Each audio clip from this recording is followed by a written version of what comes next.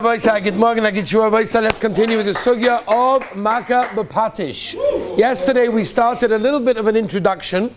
A couple of halacha and maaseh we got through as well, but be'ikar an introduction, and it's going to take a few days to get through all of the halachas to understand it on a real way, and also the practicalities of the various different methods of the halacha as well. Like I mentioned yesterday, Makeh BePatish is one of the most interesting malachas, because there is no one place that you'll find it, even in the Gemara for sure, and Shulchan Aruch even more for sure. It's scattered everywhere, and the applications are very, very interesting, very practical, very halacha l'maaseh, very, very nageya.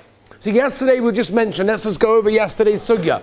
The idea of Makeh BePatish means the completion of an item, making it ready to use, making it more complete. That's the basic idea of Makeh BePatish. Koloshon HaGemara, Koloshon HaMishnah, Makeh BePatish, the final hammer blow. We explained yesterday that not it's a machlokes rishonim, but upon him some hold you can be over on two malachas at the same time, because every malacha could be Makeh BePatish, and others hold no, that completing the utensil is called boino or whatever that may be of that malacha, and Makeh BePatish is only afterwards. So yesterday we started with one sugya. Hapeseach base hatzavo, which is making something usable. It's be'etzem complete, but I'm making it ready for usage. That's Makeh BePatish. So the example we gave yesterday was, if you open up a sefer and the pages are stuck together in a way that they were never separated. In other words, they just weren't cut by the machine. So the halacha is, that's called Makeh BePatish. That's an issa daraisa to separate those pages. It could also be an issa of koreya, which we're not going to go into at this moment of time. Agav, everybody here is familiar with the Mishnah Berurah in Siman Shin Mem that says that if it got stuck through the binding process, that means it's not the pshat that it never was separated. It was. But when they bind it, sometimes the glue and stuff like that can spread in different places, or maybe with the pressure. Sometimes, if I'm not mistaken, we learned here last month we learned tofa? I don't remember. Did we do tofa? We did diapers, right? And we showed the ripping of the diaper when you open it up, which we said is not a problem of koreya, because it was never toifed to begin with, simply because it was only from the pressure of the machine. Ilan, are you with me? Very important to remember. Therefore, if you find pages of a sefer that were separated in the factory, just got stuck for some reason by mistake, whether it's the machine, whether it's the glue, whether it's the binding, so then that would not be a problem. Again, it could be a problem of koreya, it could be a problem of kosev or moichik, if it's on letters. There's many different shilas involved. There's a moedik azach about Shabbos Kodesh. Everything is intertwined. You have to know everything. It's moedik. That's why you guys are here right now. To know everything. Be'ezah Hashem, Siyata D'Shmaya. You're learning Basa B'chalav, you're learning Shabbos, you're learning Tefillah. It's moedik, Rabbi saying. One base medrash, in pretty much one morning, we have, so many halakim of Shulchan Aruch going on over here. Beautiful. Let's move on, Rabbi Sai. So that is the sugya of making something ready. Let's move on a bissel weiter. Okay? Perfecting an item. Okay? Now we're talking about something that is, again, complete, but I'm perfecting it. This is something that people don't even chap. It could be in Issa, Do'oraisa, Mamish Kafi HaGemara Fi HaShulchan Aruch. Okay? And that is as follows. For example, the Shulchan Aruch brings in Shabbos Ayin Ches, Atzah Tzur B'Kli, that if a person basically takes a utensil, he takes a plate that is fully finished, you can eat from this plate, and you decide to make a nice pattern on it, and you put a nice gloss over it, which makes it, more geschmack. Now, you could have eaten from it before. The plate was complete. But it's more geschmack to have a plate that has a pattern on it, or has something like that. The Gemara says clearly, you're chayiv mishum Makeh BePatish. And the chiddush we learn from the Gemara is that even though the plate is 100% complete, I could use it. But it's more geschmack. And it's really complete when it has a pattern. So it means that completing an item, even if it was usable, could be, in many cases, an issa d'oraisa Makeh BePatish. Let me give you an example that all of you are familiar. Shulchan Aruch Siman Shin Beis. Very, very clear Shulchan Aruch. A person buys a brand new suit.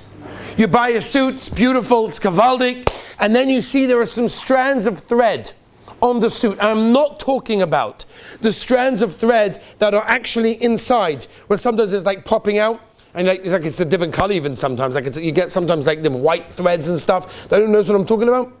Depends, I guess, where you start, but which store it is and how expensive the suit was. But you know what I'm talking about. No idea. What, you know what I'm talking about? No. What, even in England? Ah, very nice. Okay, so if you have one of those threads and you pull it out, that's about an issa. What's the issa? It's one of those issurim, by the way, that people think when they learn the Lamates Malachas, oh, that one's not negaya to us. You know, it's not negaya to us, that one. Right? You learn the Mishnah in Ayin Gimel and Shabbos. Moedik, you learn one of the Lamates Malachas called Paitseya. What's Paitseya? I don't know. It's the opposite to oirig, to weaving. Right? Everyone thinks, it's not negaya. Like, I don't weave on Shabbos, I don't sew on Shabbos, I don't unsew on Shabbos. It's not negaya. What do I do already? Zuk, this is halacha l'maisa, by the way. When you find a suit that's got one of these threads that's inside, and you just push it, just pull it out very simply. I'm not talking about it's on the outside, it's inside. You pull it out, that's an issa d'oraisa. Mamash chayiv skira, one of the av malachas in Shabbos. Some people don't even chap that they're being over issa d'oraisa. That's why the Chavetz Chaim writes in the Hagdama to Chelik Gimel, which I'm sure everybody's familiar with. He writes that if a person is not a baki in Hilchos Shabbos, he's being machal Shabbos 732 times every single Shabbos without a shaila. It's pashut. You don't even chap how many times you're doing boira and how many times you're doing schita and losh and all sorts of things because you don't know. So Baruch Hashem, that's what we're doing over here. Is really maskim? Good. So mainly when you pull out that string, it's asa. What about a string that's not inside? What if it's only on the outside? Again, you buy a new suit, there could be a strand. So Shulchan Aruch says, shin base, look it up. That taking off that thread is an issa d'oraisa Makeh BePatish. What's the issa d'oraisa? I can wear the suit. The suit's beautiful. I can wear the suit, there's no problem. The answer is if the pieces of thread were left over from the guy who sewed it, right, originally, I'm not talking about it fell on or it got messed up, whatever it is, I'm talking about it was left on from the sewing, that's an issa d'oraisa. So I asked Hagoyna Gadol, Rabbi Yisrael Orbach Shlita, those of you that are not familiar, Hagoyna Gadol Rabbi Yisrael Orbach Shlita is the son-in-law of Rav Shlomo Zalman, a son-in-law of Rav Elyashiv, brother-in-law of Rav Chaim Kanievsky. We're talking about a yid that's mamish, surrounded Gedolei Torah. So I asked him, what does that mean? What's the definition? So he said to me, if you wouldn't go to a chasana because it was on there, that means you're makbid, that means there's a problem by taking it off. But if it doesn't bother you, if it's such a small amount and no one sees it, then he was makel. But Lemaisa is very important. And Rafalk Lemaisa was maskim to me. And it's reverbed in the Gemara this way, which I'm not going to go into the mashmois. But Rafalk Zatzah was maskim to me that it means it has to be, it was left over from the guy who made the suit. If it wasn't left over from him and it just came on afterwards, then it's fine. But if you buy a suit fresh, especially if you get a suit tailored, and Lemaisa, you have a piece of thread, simply taking off the thread. It's not even attached, nothing, no cutting, no ripping, just taking off the thread. Could be a shaylev and issa, d'oraisa, shulchan aruch, shin base, si base, look it up. It's a very clear halacha in the Gabi that sugya. By the way, a couple of other things that the olim, I don't know, are so familiar with. For example, you have a door that's making a squeaking sound. So what do? You take oil, WD-40, whatever it is, you take one of these sprays that, reduce the pressure, the friction, and in order to do that, it, makes it much easier and it stops the noise. By the way, that's Makeh BePatish on Shabbos. I didn't do anything. That's Makeh BePatish. If you have a bike that doesn't go around so well, you're squeaking it, you take WD-40 and spray it for the kids. That is called Makeh BePatish, by the way. Okay? Moedik Shayla, spraying a shaitel. Right? For example, a woman wants to spray a shaitel to keep the tsura, the form. I remember a couple of years ago, I got a phone call from my answer shailas for a halacha, I used to anyway, one before yeshiva started, whatever. Halacha hotline, kavalacha. And a woman calls up and she sounds like she knows the shaila. Like she mamish knew the intricacies of the shayla. Now you have to be very careful, by the way, Rabbi, so I'm training you for the future. You have to be very, very careful when you answer shaylas on the phone to people that you don't know. It's a very big problem. Sometimes I just say, I cannot answer the shayla, go and ask your local Rav because he knows who you are and where you're holding. But you've got to be very careful. I remember one time, a woman calls up and it was an interesting shayla. So I said it's okay. And I could hear her on the phone talking to her husband. Ha! You see? I told you it was mutter. How do you think he feels, Rabbi Say? Right? So this is a preparation that this is not going to happen. So anyway, the woman calls up and she sounds like she knows the shayla. Like she was talking about spraying a shaitel with curls on it. They put these plastic curls, they put it up and they spray it, it keeps it in its tzura, then you take out the thing. Then the Olim doesn't understand, but it's Hashem, don't worry. Be'ez Hashem, this will be the shmooze by the Sheva Brachas, right? You'll understand all the shmoozing of all these zachen. But Akaponim, what's the halacha? This woman wanted to know and she knew the shayla. So I tried to understand, why does she know the shayla with all the details? She said, I'll be honest honest with you, I asked another rabbi, but he was Makeh. I knew that you're more Makel, therefore I waited for your time on the Shaila line to answer, so I know you can answer, which Lamaisa is a big problem, right? The Gemara says 3 places in Shas. Chochem Shetime, Ein Chaver Yochel Etar. You're not allowed to answer a Shaila if someone else answered the Shaila already, and they were Makeh, they were Makel, depends how it works. Exactly, Machrikas was showing him how that works, we're not going to go into it. But Al Kaponim, spraying a Shaitel, or anything like that, could be an issa of Makeh BePatish, because I'm making it, again, it's usable. The shaitel is usable. The suit is usable. The door is usable. But I'm making it better and perfecting it. And that is the issa of Makeh BePatish. Let's move on, Rabbi Sai, to the sugya of shoelaces. Now this Rabbi Sai is a terrible maisa. I tell the olim a terrible, terrible maisa. Okay, we should never know of such a maisa. It's a gefährliche maisa. The children were having fun with Tati's shoes, and they take out the shoelaces of Tati's shoes. Tati comes, it's ready for mincha. He said, what do I do? I can't walk into shul without shoelaces. My shoes are going to fall off. It doesn't look nice. It's a bit pasnish. Say, I want to put the shoelaces back in. What's the halacha?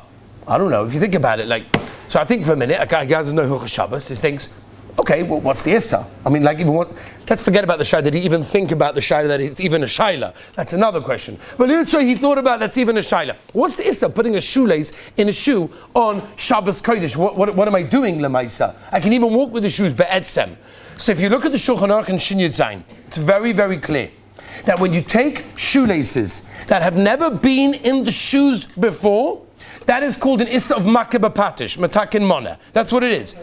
It's what? It will not be taifa. It will not be taifa. It will be Makeh BePatish. Taifa means to take 2 things, connect them together to become one.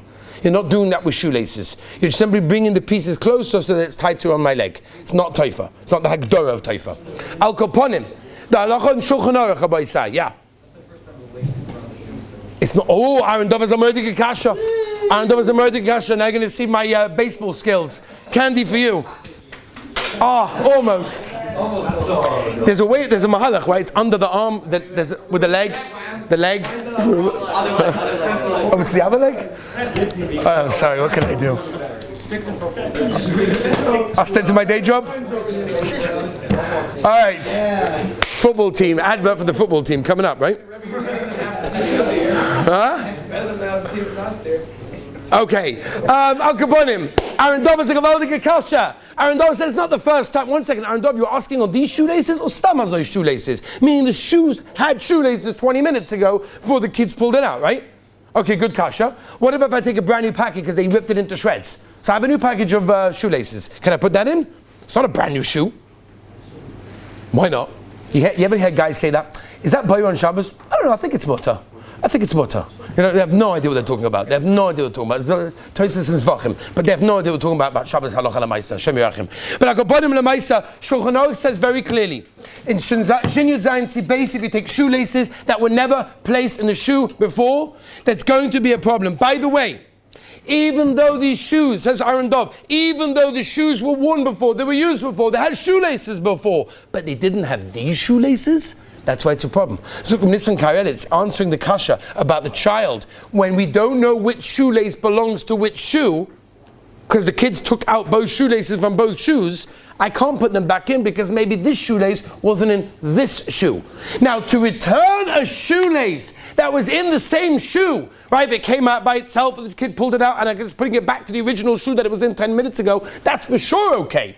But to put a new shoelace that was never in this shoe, even if it was from another shoe, that maisa will be asa. Tikkun mona. So what's the eitzah? What do I do halacha maisa if I'm stuck with a shoelace, right, out of the shoe? So there are 2 eitzahs. The Ktosha Shulchan Reb Chaim Noah brings it halacha maisa that there are 2 eitzahs. Anyone know the eitzahs, by the way? Halacha maisa eitzahs. That's not eitzah. That's not eitzah. Don't put it in holes or something. Don't put it in holes. Ooh, Zug Shmiel. Very good. Don't put it in all the way. What's pshat? Why? Then you're going to redo it. Oh! Zug Baruch Avram, beautiful. Mechavet to the Ktosha Shulchan Reb Chaim Noah. Gavaldik. Zug Reb Chaim Noah, 2 eitzahs. Eitzah number 1. Take a colored shoelace. Who in their right mind has a different colored shoelace than the shoe? Why would someone do such a thing? That doesn't make any, right? That doesn't make any sense. Why don't you have a different color shoelace than the shoe itself? You match the shoelace to the shoe. I don't know that. It seems to be, I don't know. Today there's a lot of things that people think are normal that are not normal. I'm sorry to tell you. And we'll leave it right there before I get in trouble. I'm on camera. Al Capone, Rabbi say, you take a different color shoelace, then there's no shaila. Why not? Because who in their right mind is going to do that? Take a fluorescent yellow shoelace and put it in your shoe. No one in the right mind is going to walk on the street with a fluorescent yellow shoelace. Mimela, Zog Reb Chaim no. We're not worried that a person's going to leave it there. And a Hanami, if a person has that oifen that he thinks that's a normal thing to do, so maybe an Hanami will be also to have a fluorescent yellow shoelace in a shoe. Eighth number two.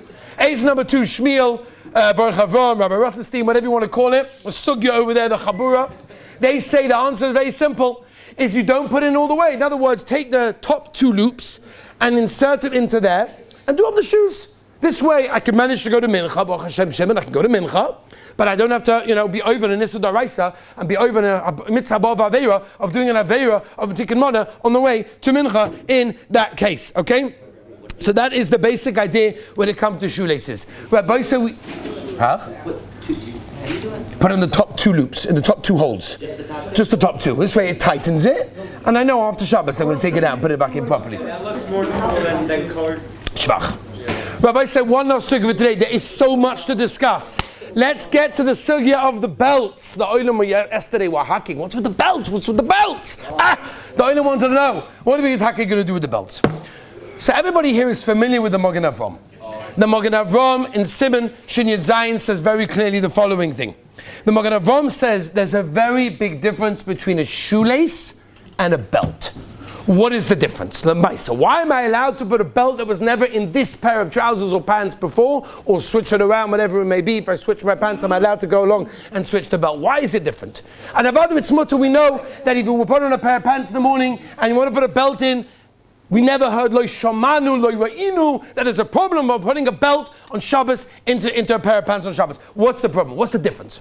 So the Makeh Avram, listen to this Makeh Avram. It's Paskin Alocha Lamayz Neidige Chovetz Chaim Schus and Jürgen Allein in Jutzatz coming up in the Mishnah Berurah, where the Makeh Avram says like this. Two differences, and listen very carefully, because we're going to end off maybe with a shaila. It's late. We're going to end up with a shaila that we're going to have to get to on next Sheba Be'ez Hashem. Two things. Number one, you are not mevatel the belt in that place. By shoelaces, you put the shoelaces in. When you take off the shoes, you don't take out the shoelaces. You leave them there. You mevatel them there. Zuk the Makeh Avram. Reason number one why a belt is different to shoelaces is because lemaisa you're not mevatel it there. You take out the belt from time to time, where you put away the pants, or you change suit, whatever it may be. So mainly you're not going to mevatel it there. That's reason number one, the Makeh Avram says. Reason number two, the Makeh Avram says, is because Lashon of the Makeh Avram, osu lahachnis or lahoitzi tadeh. It's something that you put in and out the whole time. And therefore there's no tikkun mana in such a case over there, which means even a brand new belt, you're allowed to put into a pair of trousers. However, big however, if you have a belt that you are mevatel there, then that doesn't fit into the two etem of the Makeh Avram. Which means, if you have a child's pair of trousers, a child's pair of pants, where you put the belt in and you leave it there, or like some poskim hold, that if it matches the pair of pants, because then you have dafka only for that one, and your das is to leave it there, which by kids' pair of pants, you do that, you don't take it out every time, it comes together with it, you buy it together with it, you cannot never take it out, and if it did come out, that, according to the Makeh Avram, Mishnah Berurah, Alocha Lamayza, could be an issa of tikkun mana. Now, Rabbi said we have to move on because I have to finish, but I do want to end with one thing to think about until next time. Lefi zeh, I have a shaila, and maybe we'll make a demonstration, but I have a shaila. When you take off a ketchup bottle, okay? And I remember doing this by going to Rabbi Zil Obach Shlita, and he thought I was like, what? Makeh Avram and Shinyat Zayin, ketchup bottles, what's the shaykhas? You take a ketchup bottle lid off for the first time. Take it off. People do this, by the way, all the time, okay? And you peel off that little plastic, that little seal, that seals it in, right? And then you put that cap back on. Do we have a chiyuv to kill you, yes or no? And does it make a difference if you're Israeli or American? Join us next time. Have a wonderful day.